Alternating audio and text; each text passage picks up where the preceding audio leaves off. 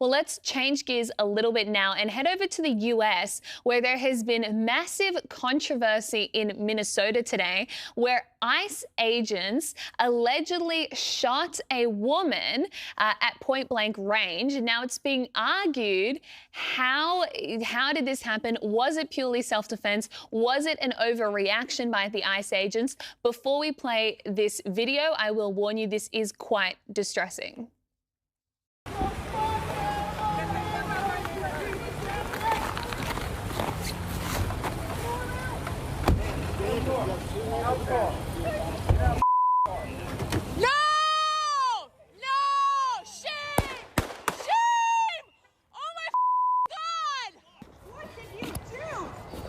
You! Shame! Shame! Shame! Shame! So what happened there, and this is from ICE and from the Trump administration, they claim that there was a protester who'd been harassing ICE all morning in the car. She then put her car in drive and drove straight at an ICE officer, who then, responding in self-defense, because a car is considered a lethal weapon, so you were allowed to respond with lethal force, he shot the driver out of self-defense. Of course, the local Democrats who control the city and the state were outraged. Here was the mayor. They are already trying to spin this as an action of self-defense. Having seen the video of myself, I want to tell everybody directly, that is bull.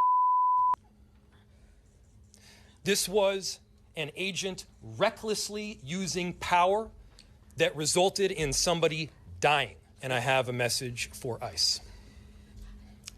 To ICE, get the out of Minneapolis.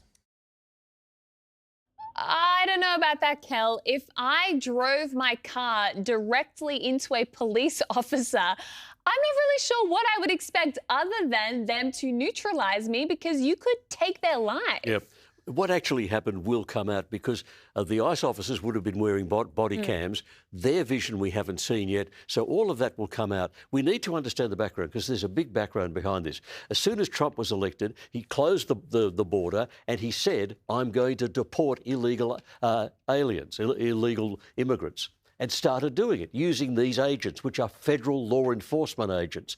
And what happened was the Democrat politicians across America immediately said, we're on the side of the illegal immigrants and we're opposed to Trump because Trump is such a horrible person. We have to oppose him about everything. So they ended up, there were Democrat politicians who ended up defending drug peddlers and gangsters and people like that because they were illegal, and ICE was after them and trying to get rid of them. In Chicago, for example, they had a very bad time when there were...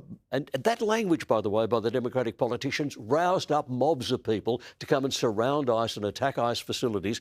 In Chicago, when that was happening and ICE cars were under attack and being pursued by pickup trucks and so on that were ramming into them, the Chicago police were told not to attend and not to defend the federal agents. So these are state bodies and local bodies saying we are going to ignore federal law and ignore federal agents. So, and that mayor, that young bloke who was the mayor of Minneapolis, is one of them. He is a leading Trump. Now, we don't know all the details.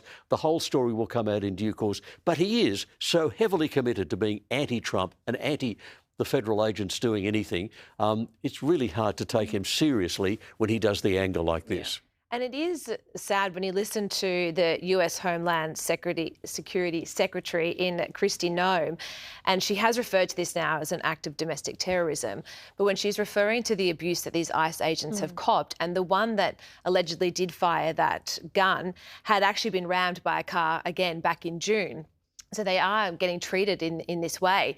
But it's going to be interesting watching how things play out now in this area. When you listen to Governor Tim Walz, it's almost like he's trying to create a national movement. In his press conference, he was saying to all of the other states in the US, he was listing things like Portland and California, and he said, come and stand with us, stand with Minnesota. And it's almost, when I was watching it, and I thought, this is someone who's trying to restore his own political reputation. him going up against Trump and almost looking really tough, like he's bringing down Trump, might be his way of trying to salvage what's left of his political career off the back of the fraud scandal, which is something totally separate and the reason why he's not contesting the next election.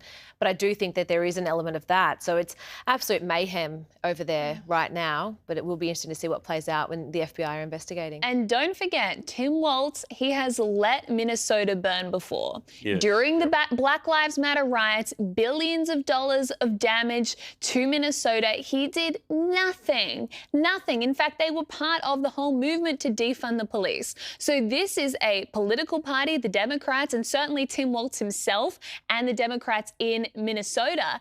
They do not stand on the side of law and order. They do not stand on the side of good behavior and civility. They are actually happy to watch America burn because they are so just obsessed with tearing it all down. So the anti-Trump thing is just amazing. And if memory serves me correctly, I think I'm right about this.